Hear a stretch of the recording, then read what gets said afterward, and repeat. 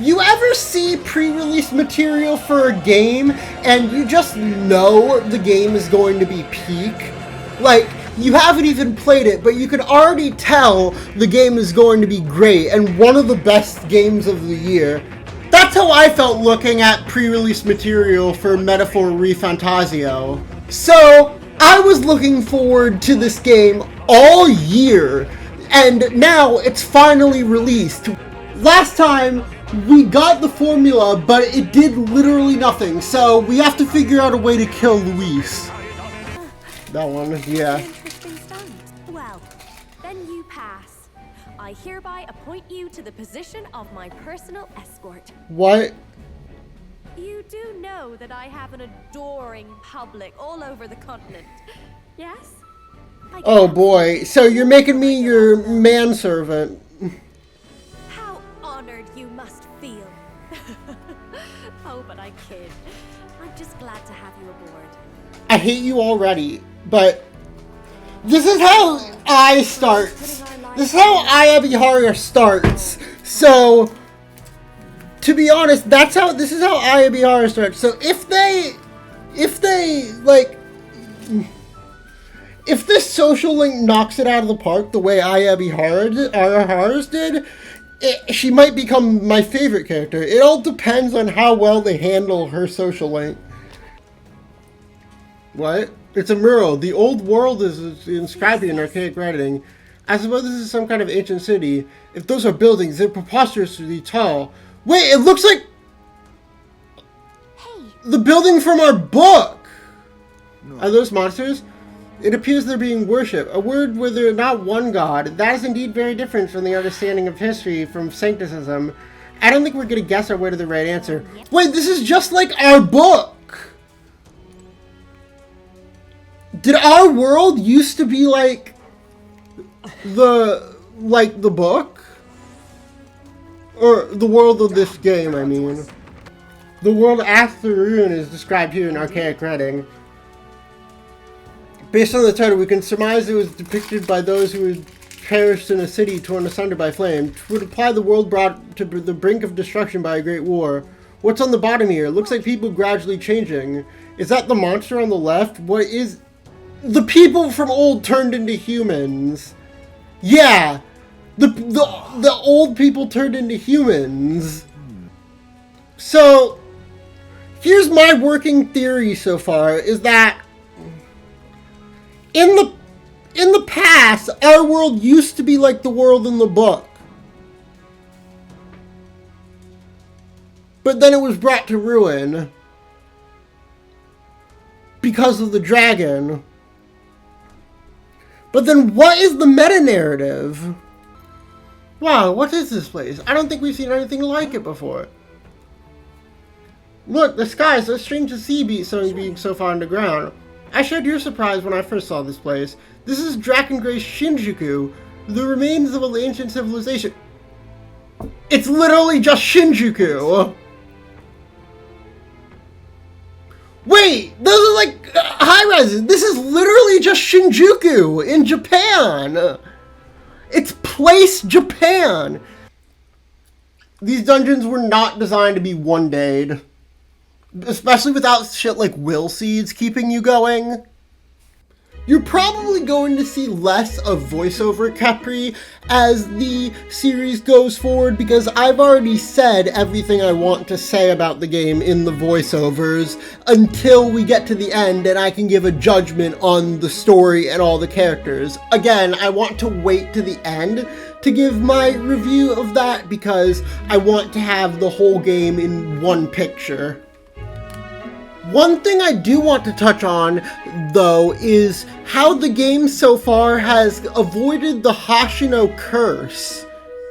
And by that, I mean that every game that Hoshino has worked on, from Persona 3 to Persona 5, has had some sort of, like, homophobia or transphobia, or, like, objectifying women in some way. Like, you know the scene from Persona 3. You know what I'm talking about.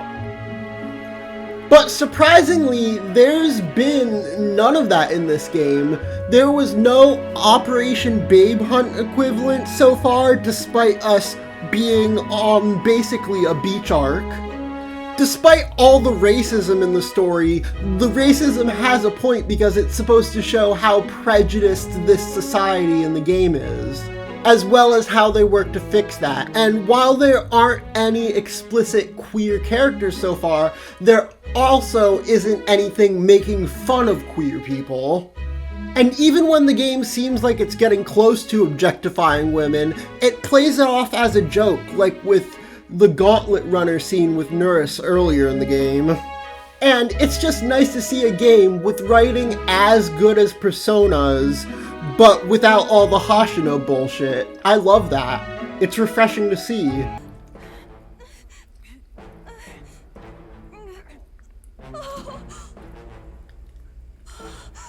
Now would be the time to awaken your persona! Which reveals the king's own path. Awaken. Oh shit!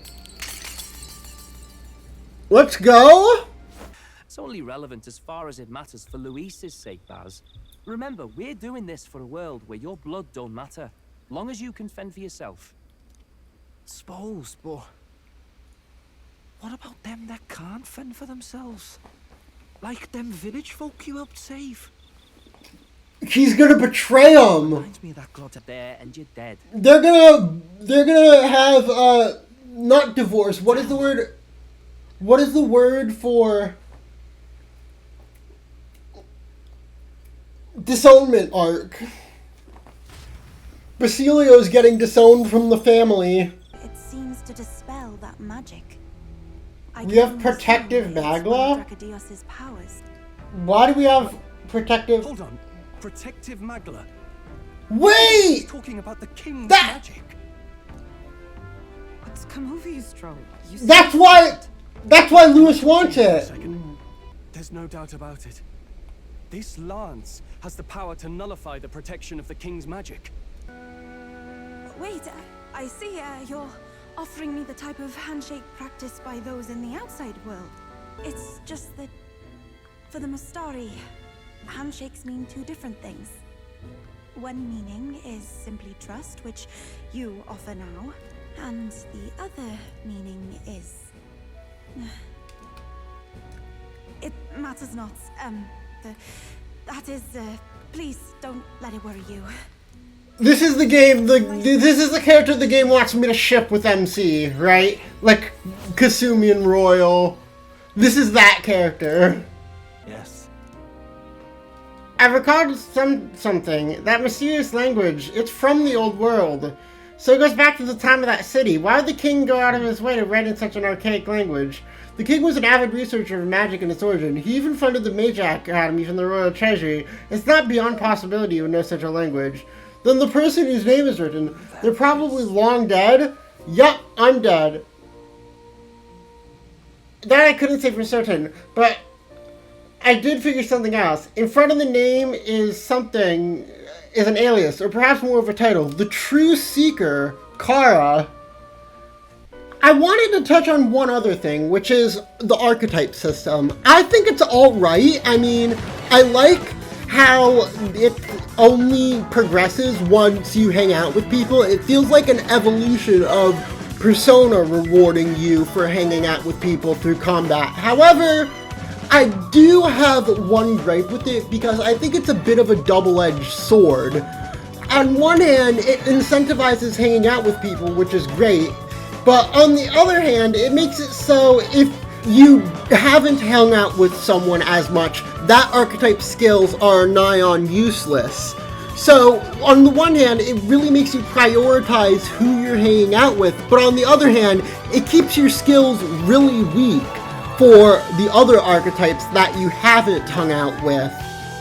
I feel like it emphasizes less experimentation and more picking a few select archetypes and running with them the whole way. And I'm fine with that, but the marketing made me think that the experimentation element would be a lot bigger. I also think that the requirements for the archetypes are a lot. Like, you can level up the archetypes, but I think the fact that you need to reach level 20 and also level 10 with other ones are just a lot, considering how long it takes to level up these archetypes. Again, it's not a bad system. I really like it, but I prefer Persona system. It's not that big a deal though, and it's nothing that doesn't stop this game from probably being Game of the Year. What I'm really here for is the story, and if they knock that out of the park, which they have so far, it's going to be peak. A tiny voice, words, young words in old air, skyward it lifts, clouds parted and passed. Why is he speaking fucking poetry? Why is he based? True ever, my ever reliable escort. I'm sure I'll be fine. Can you stop calling me that? I'm your friend. I'm waiting for the Aya Bihara character development because I started like this, and I hope this character has some of the same development because Aya's the best written character in Persona. One of the best. She's at least the best written character in Persona 4. If anything happened to you, well then, I would have had to cast a lifelong curse on them. I wouldn't actually do that. I like her, she's cool. You can call it a utopia, but I reckon people living in it might romanticize our world too. At the end of the day, oh! it'll only ever be a dream. Nothing changes unless you do it with your own hands. So that's the thing. We need to stop in. That we need to stop. Opening up a little diner with you, Del. That's the theme of the game. That we need to stop, like, hiding in fantasy and change our lives with our own two hands to become like this instead of just wishing for it. That's the fantasy. That's the theme. I mean, fantasy is fine, but you can't stay buried in it forever, you know?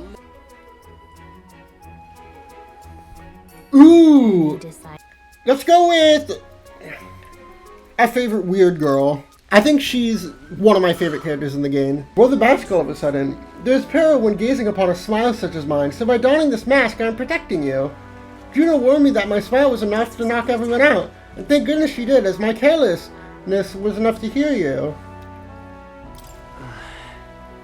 Indeed. What? Did I misunderstand? What did you wish for?